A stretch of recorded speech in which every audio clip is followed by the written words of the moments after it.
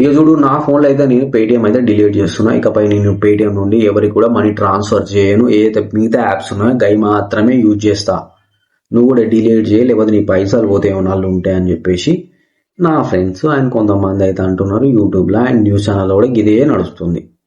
అది ఎంతవరకు నిజం ఉన్నదో లేదో తెలియదు. అది నేను కొంచెం తెలుసుకున్నా అండ్ మీకైతే తెలియాలని చెప్పేసి వీడియో అయితే చేస్తున్నా.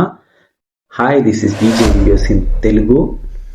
ఛానల్ని సబ్స్క్రైబ్ చేయడం మాత్రం మర్చిపోదు. ఈ వీడియో మీకు నచ్చినట్లయితే లైక్ చేయండి అండ్ షేర్ చేయండి, మీ ఫ్రెండ్స్ కూడా తెలవాలి కదా. పేటిఎం నా ఇంటర్ ఆ టైంలోనే వచ్చింది. డౌన్లోడ్ చేసుకొని అండ్ ఫ్రెండ్స్కి రిఫర్ చేయడము, దానివల్ల మనకు మనీ కొంచెం బ్యాక్ రావడము చాలా నడిచింది. అప్పుడు ఫుల్ ట్రెండింగ్. ఇదే విధంగా గూగుల్ పే అండ్ ఫోన్పే, అప్పుడు గూగుల్ పేని తేజ్ అనేవాళ్ళు. గూగుల్ వాళ్ళు దాన్ని కొనేసుకొని తర్వాత దాన్ని గూగుల్ పేగా పేరు మార్చారు. ఇది కొంతమంది తెలుసు. పేటిఎం వాలెట్ ఫంక్షన్ అయితే ఇచ్చింది. ఫస్ట్ అకౌంట్ నుండి మనీని వాలెట్లోకి ట్రాన్స్ఫర్ చేసుకొని దాని ద్వారా మనము కొన్ని Paytm to Paytm movie tickets, train tickets వగేరా చాలా నడిచినాయి అప్పుడు. దాని తర్వాత గూగుల్ పే, ఫోన్పే లాగే ఇది కూడా యూపీఐ సర్వీస్ తీసుకొచ్చేసింది. అది కూడా బాగానే నడిచింది. క్యాష్ బ్యాక్ కూడా మంచిగానే వస్తుంది ఈ రోజుల్లో కూడా పేటిఎం ద్వారా చేస్తే.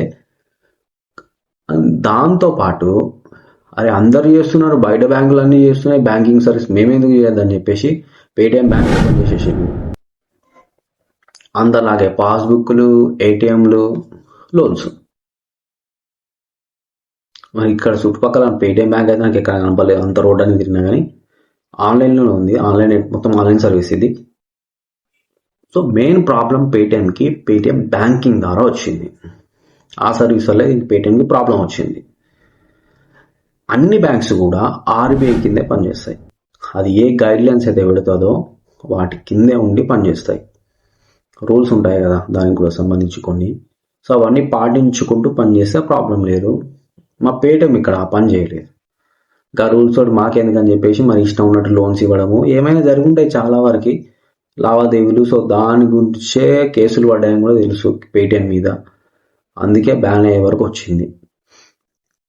ఇక్కడ ముఖ్య గమనిక ఏంటంటే అందరికీ పేటిఎం బ్యాన్ అవ్వట్లేదు. పేటిఎం బ్యాంకింగ్ సర్వీస్ ఏదైతే ఉందో అది బంద్ అయిపోతుంది.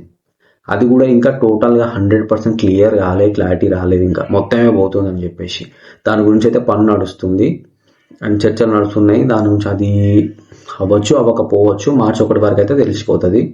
ఎవరు కూడా బాధపడాల్సిన అవసరం లేదు. ఎందుకంటే ఆర్బీఐ కూడా కస్టమర్స్ని, ప్రజలని, అందరినీ పైసలు పెట్టిన గురించి ఆలోచిస్తుంది కదా.